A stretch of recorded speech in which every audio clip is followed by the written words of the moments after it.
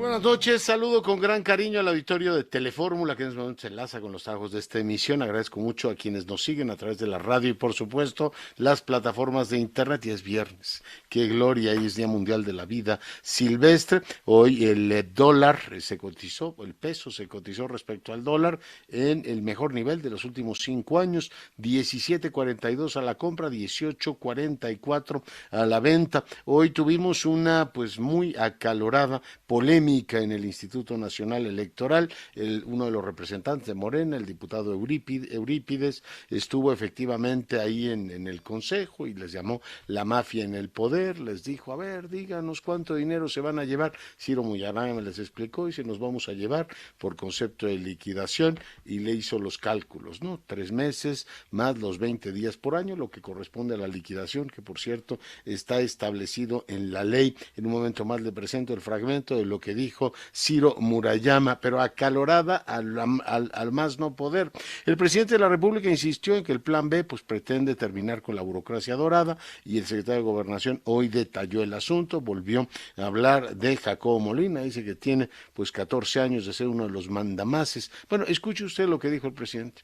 Yo ni sabía quién era el señor Jacobo y que tiene 14 años de ser uno de los mandamás, que gana más que yo, pero que además, ayer me enteré, ya lleva 30 años en el INE. Imagínense en cuántos fraudes ha participado y todavía se atreve a enfrentar una reforma que es en beneficio del voto libre, de elecciones limpias, a favor de la democracia. ¿Cuántos fraudes habrá estado? Pues, últimamente Morena ha ganado todas, así es que seguramente, pues si hay fraude, ha participado en eso. El presidente de la República dijo también que el caso de Yasmín Esquivel ha sido inflado por intereses políticos, que bueno, dice casi lo están poniendo a nivel de García Luna, y dice en su momento pues hicieron otras cosas, como si una cosa, digamos, borrara la anterior. En fin, hoy dijo eso, que ha sido inflado por esos intereses. Hace unos momentos conversé con Carla Humphrey y bueno, pues le comento que el Comité Técnico de Evaluación dio a conocer la lista de los aspirantes para ocupar en este caso las posiciones en el Instituto Nacional Electoral, y le dijeron que ella no podía registrarse en la quinteta de la Consejería para Presidenta. Ella me explicó que pues lo va a impugnar. Ella dice, soy consejera pero no formo parte de la presidencia. William Barr, quien fuera fiscal con Donald Trump, el gobierno que dice López Obrador nos trató también, dice que la pasividad de México explica la situación que existe en materia de tráfico de fentanilo, y digo que la solución es otorgar a Biden autoridad para que use el ejército norteamericano en contra de los cárteles mexicanos. Tomen nota de ese tema que ciertamente pues tiene una gran relevancia. Son muchas voces las que se están uniendo y presionando a México con el asunto del fentanilo. Hoy publica el Universal que volvemos a los niveles de huachicol de hace 4 años, lo cual no es un asunto menor. Publica también el Universal que el ejército presionó a uno de los sobrevivientes de la matanza allá en Nuevo Laredo, y que pues le dijo, si quieres vivir tienes que declarar tal cosa. En un momento más platicaremos con Amnistía Internacional para que nos cuente cómo ven ese caso. Hoy se registran enfrentamientos y tiroteos en Tamaulipas, Sonora y Zacatecas. Platicaremos de todo esto y más, si nos lo permite, después de la pausa. Vamos a conversar con el embajador de Brasil. Se abre el Instituto Guimarães Rosa aquí en la Ciudad de México, y también platicaremos con Guillermo Arriaga más adelante. Volvemos. Bueno, y seguimos con la información. Para mí es, por supuesto, un gran placer recibir al embajador de Brasil el día de hoy. Embajador Coimbra, ¿cómo está? Buenas noches. Buenas noches, un gran placer estar contigo aquí, Leonardo, de nuevo, y muchas gracias por abrir tu programa para esta plática.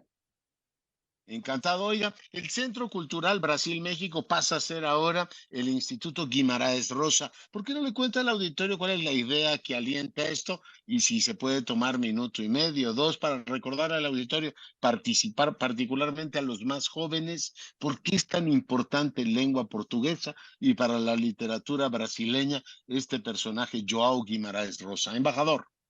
Gracias.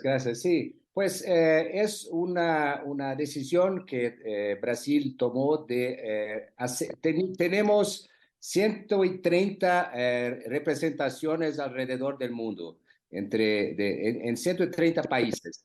Y tenemos, por supuesto, acciones culturales en todos esos países, pero en 24 de esos países tenemos centros culturales. Y lo que hicimos fue hacer esos centros culturales ahora en red. Y toda esa red ahora se llama Instituto Guimarães Rosa, está bajo coordinación de las autoridades de la Cancillería brasileña en Brasilia, pero estamos ahora trabajando juntos, o sea, los esfuerzos que hacemos en Portugal o en China se suman a lo que hacemos aquí en México. Y para explicar a las personas que nos asisten hoy, quién es João Guimarães Rosa, pues João Guimarães Rosa fue uno de los más importantes autores de la lengua portuguesa en su variante brasileña. Y él, además de un autor máximo de la literatura brasileña, fue también un diplomático muy importante que ayudó a conformar a la política cultural de Brasil y también fue un héroe porque él fue cónsul en Alemania durante la Segunda Guerra Mundial y ayudó a sacar de allá muchísima gente que estaba pues huyendo al nazismo. Entonces, es un homenaje muy justo a Guimarães Rosa y quiero solo mencionarte un breve nota que me parece interesante. Eh, Había una gran amistad entre João Guimarães Rosa y Juan Rulfo. Los dos un poco hacen una literatura muy volcada las raíces de la tierra, de los campesinos, de nuestras profundas raíces culturales y me emociona mucho que Rulfo y Rosa hayan sido buenos amigos. Nélida también conoció muy bien sí, hay entre los escritores brasileños y mexicanos un viejo vínculo. Y cuando escribe Guimarães Rosa, que también era médico, sobre esto, en español le llamamos el sertón, que es pues este paisaje que domina buena parte del nordeste brasileño. En portugués, ¿cómo se dice, embajador? Es sertón, sertón, parecido con sertón. La verdad es que nuestras Más lenguas, bonito. Oiga, porque en portugués todo suena más bonito, embajador. Es que bueno, es muy bonito el portugués. Déjeme retomar eso para decir, ¿el instituto fomenta la enseñanza del portugués en México? exactamente. Tenemos muchísimos alumnos y las actividades del instituto son la promoción del portugués, de la lengua portuguesa, en varias asociaciones, con universidades, con institutos de enseñanza, pero también la cultura brasileña y una cooperación educacional, a la cual el gobierno de Brasil atribuye gran importancia. Pero definitivamente el portugués es una lengua muy especial porque es hablada en todos los continentes y somos muchísimos. Sí, sí, son millones. Simplemente Brasil, en varios países africanos, Portugal, es una lengua global, es una de las lenguas más bellas del planeta, ¿no? Sí, Reconocida por su eufonía, que le veo de la música. La cultura brasileña es mucho más que samba, ¿no? definitivamente, definitivamente. Y pues además del carnaval, que quiero comentarles que tuvimos en el carnaval hace 2 semanas tuvimos en el Paseo de la Reforma eh, 5,000 personas danzaron el carnaval desde el Ángel de la Independencia hasta la glorieta siguiente que era la glorieta de La Palma, y pues fue una gran fiesta, pero efectivamente tenemos mucho más que música y que carnaval, tenemos poesía, tenemos arte visual, y en este momento, en esta inauguración que se hizo el día de ayer, eh, se inauguró 2 exposiciones de un artista mexicano, Iván Krasoyevich, que hizo una reproducción plástica de poemas de grandes poetas brasileños.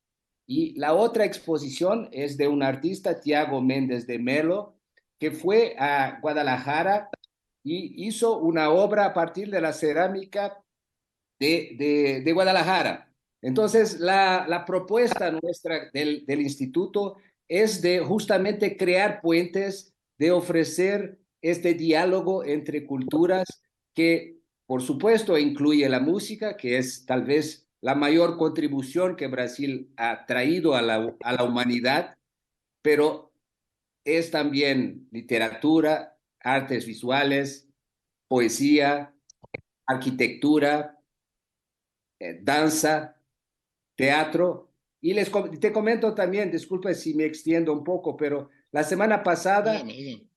la semana pasada el instituto y la embajada llevaron a Jalapa un gran maestro brasileño, Tobias Volkmann, que hizo una presentación, dirigió a la Orquesta Sinfónica de Jalapa, una absoluta maravilla en Jalapa, un programa totalmente dedicado a la música erudita brasileña que encantó a los veracruzanos.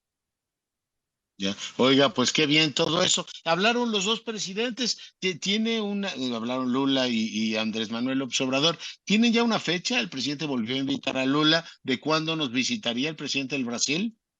Bueno, buena pregunta.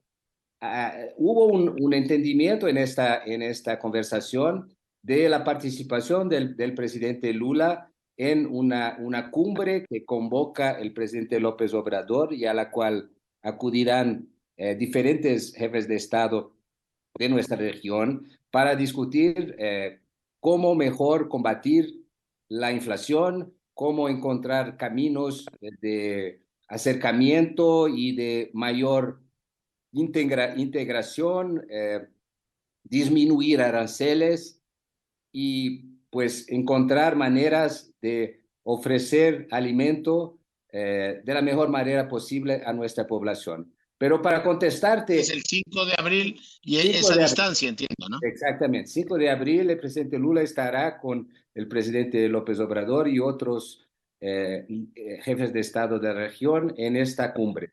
Pero definitivamente hay ya un entendimiento entre los dos jefes de Estado en el sentido de que, pues, organizar una importante visita del presidente Lula a México. El presidente Lula sí vendrá a México en los próximos meses. Oiga, entre las líneas de comunicación del nuevo gobierno está pedirle a México, a mí me parece muy bien que discutamos la inflación, aranceles, todo, pero también la reconsideración de las visas a los brasileños, embajador. Sí, creo que es una importantísima cuestión que amerita consideración de las cancillerías, de las autoridades de los dos países, porque tenemos un flujo de personas que alcanzaba hasta 500,000 de personas al año, sobre todo brasileños, cerca de 350, 400,000 brasileños visitaban México para disfrutar las playas, los monumentos, las lindas ciudades de este país. Y con el visa, pues todo eso se ha complicado bastante. De manera que esperamos que sea posible encontrar un camino que permita no solamente el libre flujo de bienes, de alimentos, sino también de personas, por supuesto. Muy bien. Mientras tanto, leeremos El campo general de Guimarães Rosa. Es una traducción muy bonita que está disponible en una traducción de Valkyria Way, que está disponible en el Fondo de Cultura Económica. Un gran propósito para este fin de semana, leer a este gran autor brasileño. Embajador, le agradezco muchísimo que haya estado esta noche con nosotros. Muchísimas gracias. Siempre a la orden para contribuir aquí y participar de tu lindo programa. Muchas gracias. Obrigado, gracias, embajador. Bueno, pues ahí lo tiene el embajador de Brasil con este centro, Instituto Guimarães Rosa, bueno, toda la proyección, en este caso, de toda esta potentísima cultura que es, en este caso, la brasileña, ¿no? Escritores, mucho más que la samba tiene lo suyo. Bueno, seguimos con la información. Doy ahora la más cordial bienvenida al presidente de la Cámara de Senadores, Alejandro Armenta. Señor presidente, ¿cómo está? Buenas noches. Leonardo, qué gusto saludarte a tu audiencia de Radio Fórmula. Muy buenas noches. Oiga, preguntarle, veo al país muy nervioso. Escuchaba que usted le decía ayer que iba a mandar un respetuoso llamado a la presidenta de la Suprema Corte de Justicia, porque pues están ahí liberando gente o que no necesariamente está actuando de la manera que ustedes esperaban. ¿Están muy nerviosos los poderes del Estado, presidente? Yo creo que debemos de enviar mensajes a los mexicanos de mucha serenidad, pero sobre todo de que nuestro interés central de los poderes públicos es darle certeza jurídica al ejercicio contra la inseguridad. No abona en nada, Leonardo, y creo que genera molestia social. Yo soy representante de un estado por elección De y, Puebla. y el sí, y el mensaje de que descongelan las cuentas públicas de familiares de Genaro García Luna por parte de jueces, por parte de la Corte, no es un mensaje que le dé dignidad a la Corte. Se siente como un mensaje imprudente, como si estuviera sometido el Poder Judicial a los intereses del narcotráfico. Esa es la verdad, y creo que esa certeza, esa prudencia, esa sensibilidad de la autoridad judicial debe de manifestarse, porque la justicia implica que los poderosos económicamente, los delincuentes, no estén logrando enviar un mensaje de que la Suprema Corte de Justicia está de rodillas ante este tipo de delincuentes. No es Pero un buen déjeme hacerla mensaje. de abogado del diablo e invocar un pasaje de la historia. Cuando a Sí, García Luna, secretario de Seguridad, se le cayó el michoacanazo, todo mundo coincidió en que la Fiscalía de Calderón en ese caso había montado mal los expedientes. O sea, no habría manera de girar un poco la vista y decir, oiga, los jueces a lo mejor lo están haciendo mal, pero a lo mejor la Fiscalía y la UIF no están montando bien los expedientes, presidente. bueno, sin duda es un trabajo articulado, desde luego es un trabajo articulado, y es necesario que podamos garantizar, pero no es el único caso. Ya se han presentado varios casos donde se da entrada. Hace unos días, por ejemplo, la Suprema Corte de Justicia también dio entrada a temas de resoluciones de organismos que se quejaron por el tema de los sellos de advertencia en materia de salud. Ujú. Es decir, ¿de qué lado está la Corte? ¿De los derechos humanos de los mexicanos? ¿Del lado de la sociedad, de las necesidades sociales, o del lado de los delincuentes? Yo creo que eso es un tema que no es un buen mensaje. Es como si nosotros, pues hoy te comentáramos, Leonardo, hay una iniciativa para eliminar la corrupción como delito grave. ¿A qué les sonaría a los mexicanos que estuviéramos discutiendo en el Senado eliminar la modificación constitucional y elimináramos la corrupción como delito grave, o el robo de hidrocarburos? ¿Qué pensarían los mexicanos? ¿Estamos legislando No, para ellos? tiene usted razón, y lo preguntaríamos, igual que hoy me pregunto, ¿qué está haciendo el gobierno que el robo de hidrocarburos regresa al 18? Yo lo único que le pregunto es, ¿se les ve nerviosos? Porque en este caso ahí es legislativa la Corte, pero parece que del otro lado el legislativo no ve, ¿no? Las responsabilidades del Ejecutivo en montar bien expedientes, en, por ejemplo, combatir el huachicol, senador. Sí, sin duda, creo que es una tarea que tenemos que hacer. Los tres órdenes de gobierno, tienes razón, Leonardo, los tres órdenes de gobierno tenemos que precisar el combate al crimen, a los grupos delictivos. Por ponerte un ejemplo, esta semana hubo un encuentro nacional en Puebla con el gobernador Sergio Salomón, el secretario de Gobernación, los jefes de los secretarios de Seguridad Pública, y abordan. ¿Por qué digo Puebla? Porque Puebla tuvo una incidencia en incremento en robo de hidrocarburos, y qué bueno que estén haciendo eso, que haya coordinación. El tema exitoso es cuando hay coordinación institucional y cuando hay participación de los poderes públicos. No No se trata tampoco de No, le soslayar. le preguntaba lo del alterado, porque uno tiene ahora lo de Nuevo Laredo. ¿Y qué gana uno diciendo, a ver, el ejército está matando jóvenes? Que es cierto, pero ahí el tema es hacerle el llamado al presidente para que como comandante cuide más que esas cosas no ocurren, o ir buscando un tono en el que los poderes puedan dar, digamos, un mejor resultado a partir de la cooperación para darle más tranquilidad a la gente, senador. Sí, tienes razón, y en ese sentido tenemos que hacer nuestro trabajo de articulación, de comunicación entre los poderes públicos, entre los órdenes de gobierno, en la medida que hay coordinación institucional e interinstitucional, ser más eficaz en el combate a la pobreza, en el combate a la marginación, en el desarrollo humano, en la inseguridad. Son funciones de Estado, el Estado es Ya. todo, ahí estamos todas, sociedad civil, gobierno, población, poderes públicos. Presidente, déjeme sacar un viejo tema entre usted y yo. Usted fue el primero que me dijo hace mucho tiempo el tema de la importancia del litio. Y me gustaría que hoy me refrescara un poco la memoria a raíz de lo de Tesla, la inversión, que creo que es muy importante para todos. Ahí la cooperación es entre nivel de federal y nivel efectivamente de Estado de Nuevo León. ¿A qué viene en materia de litio, que entiendo es fundamental para las baterías de los coches que se construirán en la nueva fábrica de Tesla? Desde luego, Leonardo, yo estoy muy feliz de haber sido parte de de esa batalla para regularizar el marco jurídico. ¿Por qué Tesla y muchas empresas quieren invertir en México? Porque logramos certeza jurídica en el aprovechamiento del litio.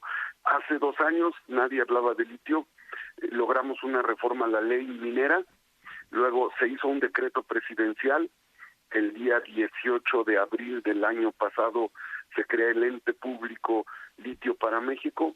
En el decreto se garantiza la inversión privada nacional y extranjera bajo la rectoría del gobierno, y el 18 de febrero de este año se garantiza, se resguardan 250,000 hectáreas donde podría estar los yacimientos más grandes de litio en Sonora, y se hace una descripción del mapa de posibles yacimientos de litio en Baja California, en Zacatecas, en Sonora, en Puebla y en Guerrero, en otras entidades federativas. ¿Esto qué significa? Certeza jurídica. Ahora, el Tesla, que es una inversión extraordinaria de más de $5,000 millones, Tesla va a atender el suministro de baterías y desarrollo de energías de electricidad, cambio por combustión, pero lo fundamental, Leonardo, es que Tesla va a trabajar para el 10% del mercado automotriz. ¿Qué va a pasar con el requerimiento de baterías, paneles solares para hospitales, escuelas, para el transporte público, para los sistemas de riego, las sociedades de pozo? Presenté ahora una iniciativa, presenté la iniciativa de los fondos soberanos: soberanía energética, soberanía financiera, soberanía agropecuaria, agroalimentaria, soberanía alimentaria. Ahora, tenemos que hacer que los micro, pequeños, medianos empresarios, grandes empresarios de México se organicen para que desarrollen las cadenas de producción vinculadas a la transformación de baterías de litio y toda la cadena. Ese es el reto. Y para eso hay un mercado del 80% de consumidores en nuestro país. Así es que no todo es Tesla. Súper el mensaje, excelente el logro que el presidente consolida con Tesla en Nuevo León. Pero, por ejemplo, a nosotros nos interesa en Puebla que 20,000 unidades del transporte con garantía del Estado puedan transformar el parque vehicular del transporte público con energía solar y con baterías de litio. Y para ese mercado, que le entren empresarios nacionales. Ese es el tema, y esa es la consecuencia de todo lo que viene con la certeza jurídica. Muy bien. Pues, doctor Armenta, le agradezco mucho que haya estado esta noche con nosotros. Gracias, Leonardo, a ti, como siempre, por tu gentileza. Gracias a Radio Fórmula. Excelente noche. el presidente del Senado de la República, hoy conversando con usted, el tema pues lo he planteado con los presidentes de ambas cámaras, un ratito platicábamos con Krill, ahora con Armenta. Yo creo que sí, un poquito de té de tila le vendría muy bien a este país y decir, a ver, tenemos muchos temas. Hoy no le fue nada bien al representante de Morena en el INE, Eurípides, el consejero Murayama, le dio, pues, en este caso, una explicación. Estaban muy preocupados por el tema de cuánto se van a llevar de liquidación. Y le dijo, mire, le voy a explicar parte de lo que ustedes piden. Decían lo contrario en la época de la revocación de mandato. Es que el problema de haber defendido tantas posturas diferentes por parte de la mayoría sí los pone en una situación complicada, porque decían que las cosas en este caso no funcionan. Ciro Murayama, lo escuchamos. Dice usted que está del lado bueno de la historia. Lo que sabemos es que está del lado del poder hoy. Y nos decía el diputado Almaguer que todo se va a resolver con tecnología. Ay, pues qué optimista. Lo que no sé es por qué cuando la revocación de mandatos se opusieron a que se usaran teléfonos móviles para recabar los datos y entonces sembraron 17,000 nombres de muertos usando papel porque en el país no hay suficiente cobertura de telefonía. Entonces el riesgo de nulidad va a estar en las zonas rurales y más pobres. Eso es lo que usted está diciendo porque votó por la sustitución el pleno día de la elección de los representantes. Como ese riesgo de nulidad, dice usted, se resuelve con tecnología, pero ustedes han dicho que en México no hay suficiente tecnología y por eso combatieron que se recabaran los apoyos con esa tecnología. Para unas cosas sirve la tecnología, para otras no. La incongruencia se las dejo a ustedes. Ahora, ¿cuánto dice el señor Eurípides? ¿Por qué hablan ustedes? Pues porque la Constitución nos lo permite y no le pedimos permiso al gobierno ni al poderoso. La ley Mordaza es propia de los autoritarismos. Es que no se dan cuenta lo que transmiten, lo que expresan. Por eso se han vuelto carne de memes sus intervenciones en este Consejo General, porque no tienen el más mínimo rigor ni cuidado y a veces ni autoestima. Finalmente le voy a decir cuánto vamos a llevarnos. 3 meses y 20 días por año, multiplique el monto del salario por 3 y luego 20 días por 9 y súmelo. Ahí está la respuesta. Si le es imposible, demande a quien le dio su certificado de primaria. Gracias. Vale, pues sí que les dio fuerte, pero ahí están, querían saber, eso es el monto, y bueno, pues con dureza Ciro Murayama le hace ver eso. Bueno, cambio de argumento informativo y doy ahora la más cordial bienvenida a la directora ejecutiva de Amnistía Internacional en México, Edith Olivares. Directora, buenas noches. Muy buenas noches, Leonardo, y buenas noches a toda tu audiencia también. Pues pedirle su punto de vista sobre lo ocurrido en Nuevo Laredo, las investigaciones, se han publicado ya en este caso, pues los datos de cómo dispararon en contra de las víctimas. ¿Cuál es el punto de vista de Amnistía Internacional?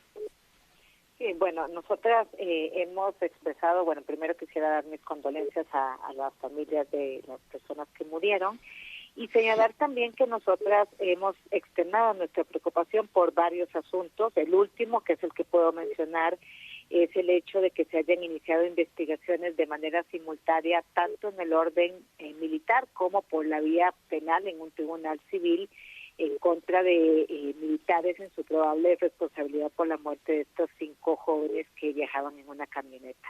Y hay que señalar, Leonardo, que nuestra preocupación se debe a que el hecho de que se hagan investigaciones de manera simultánea podría, digamos, inhibir o perjudicar o obstaculizar el acceso a la verdad, a la justicia y a la reparación del daño. Esto ya había sucedido en Tlaxcala y esto limita la posibilidad de que las investigaciones en el orden civil, en tribunales penales, sean adecuadas y se acceda a toda la información, porque cuando hay tribunales militares también investigando, normalmente los tribunales militares tienen acceso más rápido a la información y esto puede retrasar o de plano obstaculizar el acceso a la justicia. Y insistir en la necesidad de que esta investigación debe realizarse en tribunales de carácter civil, que tiene que ser garantizarse que sea independiente, ojalá con transparencia y rendición de cuentas. Este caso no puede quedar impune, Leonardo. Tomamos nota. Directora, le agradezco mucho que haya estado esta noche con nosotros. Con muchísimo gusto, Leonardo. Buenas noches. Gracias, Edith Olivares, la directora ejecutiva de Amnistía Internacional México. Pausa, volvemos. Bueno, y seguimos con la información. Ayer le daba a conocer de manera desconcertante para nosotros, los que vemos a la distancia lo que está ocurriendo en el día a día allá en Colombia, que el presidente había pedido a la Fiscalía, a las autoridades, que revisaran a su hermano y a su hijo por cuestiones, una serie de acusaciones de vínculos o protección del narcotráfico, para tener el contexto y darle el apropiado, efectivamente, peso a esta información. Yo le agradezco mucho a Lisette Suezca, ella es periodista de Radio Caracol, que converse con nosotros. Lisette, bienvenida. Hola Leonardo, buenas noches, muchas gracias a ti por este espacio. Pues ayúdanos a entender, o sea, el presidente pide esto, ¿en qué contexto, por qué profundidad tiene en este caso esa noticia? Leonardo, pues es una noticia que también nos sorprendió aquí en Colombia porque fue un comunicado que no se esperaba del presidente, lo publicó en redes sociales y lo que pidiera que la Fiscalía, el ente de control más importante de Colombia, investigara a su hijo mayor, Nicolás Petro, y a su hermano Juan Fernando Petro por temas de la paz. Aquí en Colombia en este momento se está adelantando el proceso de la paz total, que lo que está buscando el presidente es que todos los grupos al margen de la ley se acojan a la iniciativa de paz y pues se ponga fin a este episodio tan grande y tan violento que ha marcado la historia de Colombia. Las irregularidades vienen, Leonardo, por varias historias. La primera es que el hermano del presidente Gustavo Petro había sido señalado en una investigación periodística de ir a una de las cárceles más importantes del país, que es la cárcel La Picota, donde hay muchos políticos detenidos por supuesto nexos con paramilitares, todo el tema de corrupción, y allí se habló de algo que era el Pacto de La Picota, que fue como una iniciativa que se propuso, se supone a espaldas del presidente, para dar algún incentivo con tal de que estas personas que estaban en la cárcel y que tenían, por supuesto, gran poder político en el país, pues apoyaran al presidente Gustavo Petro en la campaña e incluso entregaran dineros, tanto así que eso pues quedó en una investigación periodística, por supuesto se desmintió por parte de las personas implicadas, pero ahora se conoce ya varios meses después este comunicado del presidente, donde piden la investigación a su hermano y a su hijo. La Fiscalía ya dice que tiene pues las pruebas que se han presentado en varios medios de comunicación y que va a recoger todos los testimonios para saber si efectivamente estas personas pues cayeron en actos de corrupción, recibieron dineros ilegales y si el presidente Gustavo Petro lo sabía. Oye, cuando te digo la profundidad, te pregunto, aquí en México, si el presidente dice que investiguen a su familia, pues la certeza es que no va a pasar absolutamente nada. En Colombia hay, digamos, tiene la autoridad, la autonomía, la fiscalía para hacer una investigación de ese calado sin que se convierta solamente, déjame decirlo futbolísticamente, en una finta política. Bueno, pues la justicia colombiana siempre ha sido muy cuestionada y creo que es un tema de toda Latinoamérica, pero el fiscal ha dicho que está comprometido. Hay que aclarar, Leonardo, que el fiscal que está ahorita no es un fiscal electo en este periodo del presidente, viene desde el gobierno, llamémoslo, anterior, entonces sus ideologías pueden que estén un poco distantes a las del presidente Gustavo Petro. Sin embargo, pues la política es dinámica en Colombia y estoy segura que en México también, y ya hay reuniones varias del fiscal donde dice que apoya al presidente en las iniciativas, por supuesto, con la independencia. Lo que hay que decir también es muy importante, es que el hijo del presidente Nicolás Petro es un diputado de una zona muy importante acá del Caribe, entonces también ¿Tienen fuero los diputados? Una influencia política. ¿Están aforados los diputados en Colombia? No lo están, el diputado no lo está. La Fiscalía puede entrar a investigar este caso, él por supuesto está negando todos estos hechos, pero la discusión aumentó más porque la ex esposa de Nicolás Petro, el hijo mayor del presidente Gustavo Petro, también hizo denuncias, dijo que él recibió más de 1.000 millones de pesos de la campaña de su papá, pero que nunca pues lo reportó, él se quedó con ese dinero y que incluso recibió camionetas y otros vehículos y beneficios de personas que están en la cárcel. Entonces esa investigación va más allá de la participación en la política de la paz total, sino que va allá señalamientos desde su propia ex esposa, familia, que decía que él se quedó con casi 1.000 millones de pesos colombianos en la campaña del presidente, y por supuesto que pues el presidente no sabía. Ya, pues te agradezco mucho el informe y muy buenas noches. Muchas gracias a ti, un abrazo. Gracias, Lisette Suezca, periodista de Caracol Radio allá de Colombia. Sorpresivo que el presidente haya pedido, investiguen a mi hermano, investiguen a mi hijo. Ya escuchó usted el contexto en el que esto ocurre. Bueno, cambio de argumento informativo y me da un enorme gusto recibir un escritor notabilísimo, además pues un hombre muy carismático, un hombre que ha triunfado en el ámbito del cine, los guiones, recibió el premio Alfaguara hace un par de años con Salvar el Fuego, o sea, como guionista, o sea, en el mundo del cine, en el mundo de la literatura, ha tenido todos los reconocimientos. Guillermo Arriaga, ¿cómo estás? ¿Qué tal, querido Leonardo? ¿Cómo estás? Yo desconcertado, si me dejas empezar así la conversación. Desconcertado porque normalmente los escritores reflejan de alguna manera, dice que todas las novelas son de alguna manera autobiográficas, ¿no? Los escritores te cuentan aquello que han vivido, pero tú te vas al 1781, a menos que tengas un pacto ahí con estilo Dorian Gray y no me lo hayas dicho, y te vas a Inglaterra, o sea, sales del mundo, efectivamente, en el que, o sea, de tus referentes fundamentales para escribir una novela que no deja aliento al lector. Guillermo.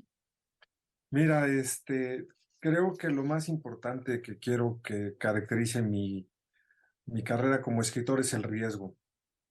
Yo había hablado en El Salvaje y en Salvar el Fuego de mi barrio, de la Unidad Modelo, crecí en la Unidad Modelo, en la delegación Ixtapalapa, y quise, pues, tratar de empujar un poco más mis límites, hacer un trabajo sobre el lenguaje, una recreación ficticia de la Inglaterra de 1781.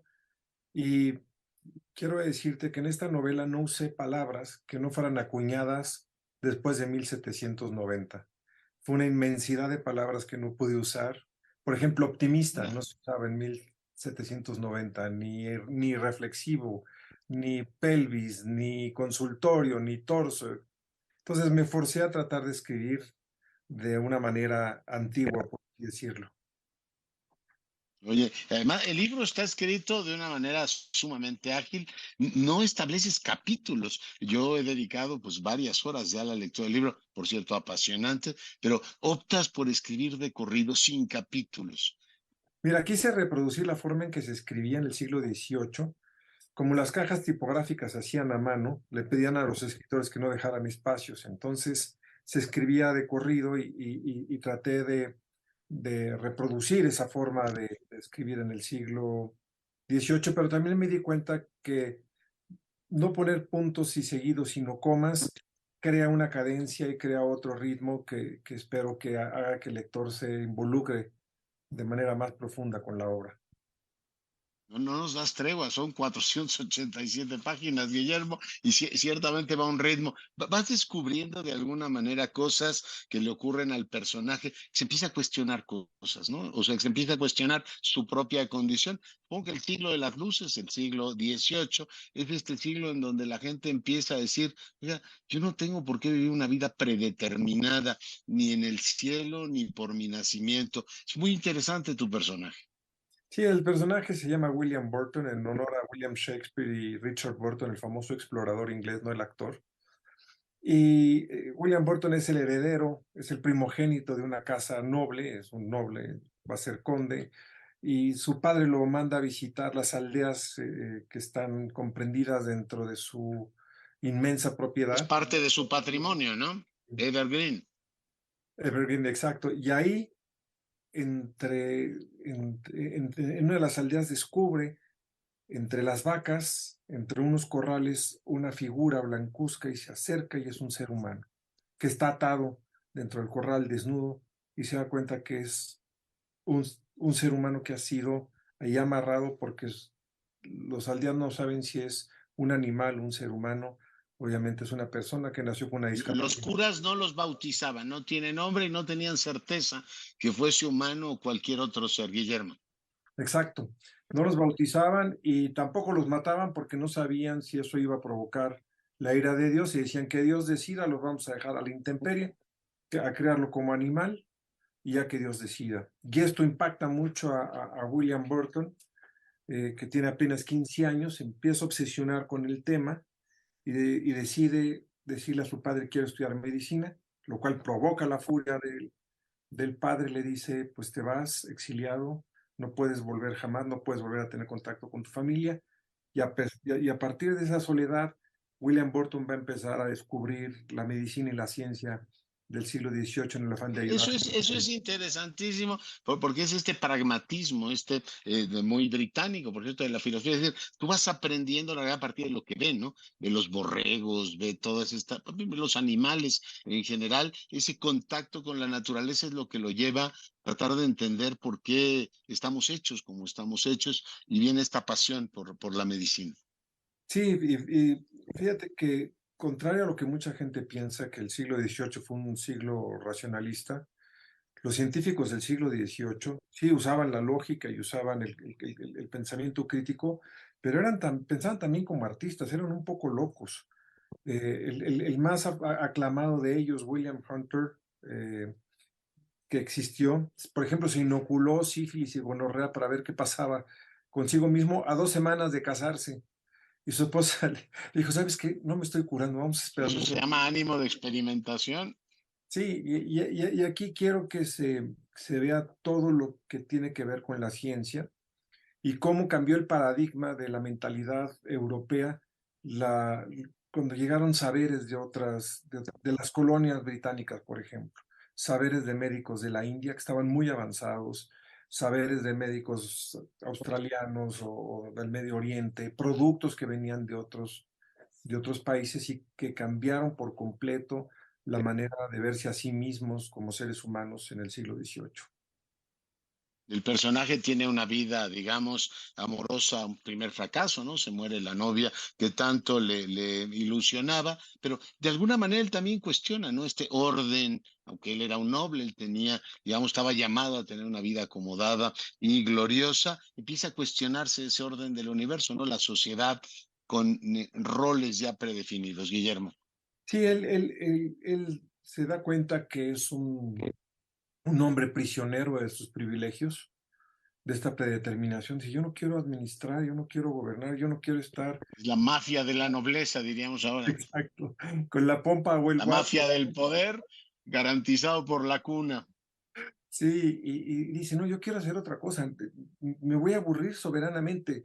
Las mujeres que me presentan son muy aburridas, y poco a poco se va involucrando con el bajo mundo, eh, donde empieza a trabajar con prostitutas, con mujeres enfermas de sífilis, que en aquel entonces se decía morbo gálico, no se decía sífilis, hasta que va a dar con los personajes que son las protagonistas de la novela, que no voy a decir quiénes son, que son seres tan únicos físicamente Uh-huh. que aparece uno cada 300 años.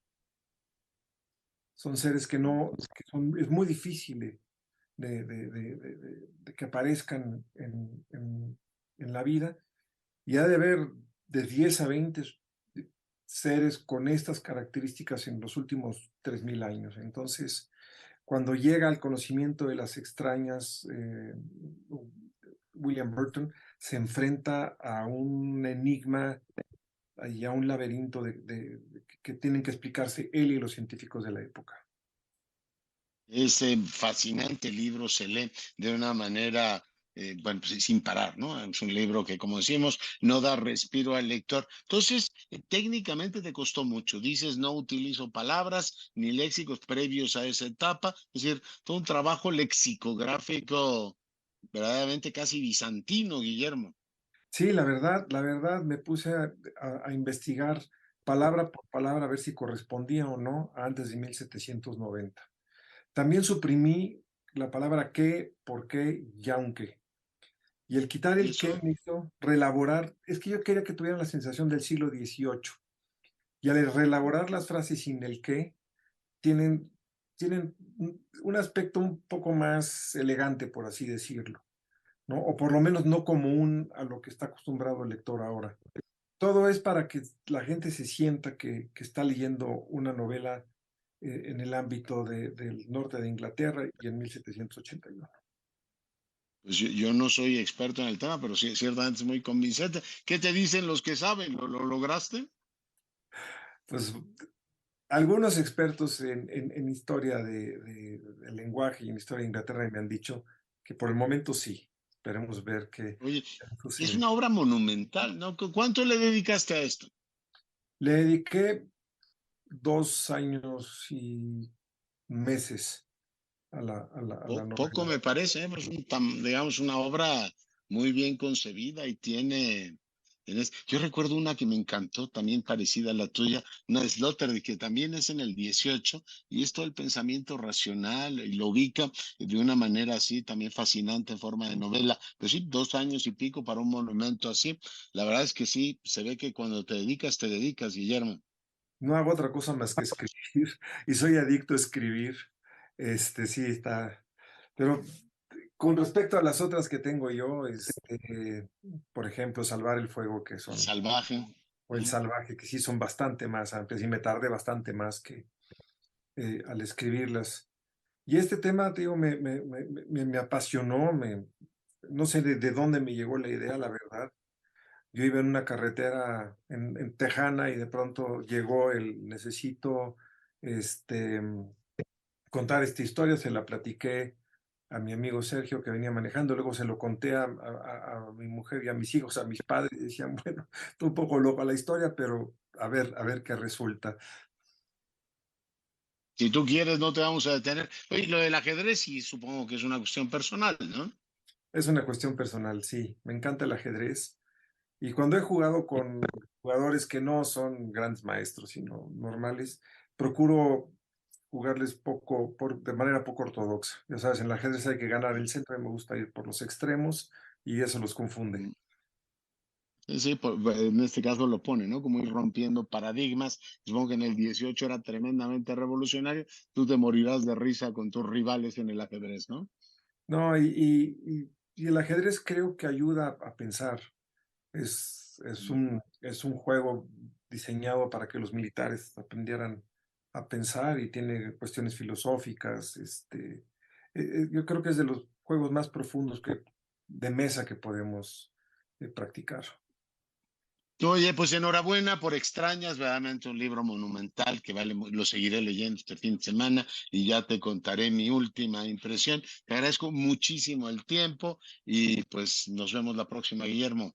No, yo te agradezco el espacio y te mando un fuerte abrazo a ti y a tus radioescuchas.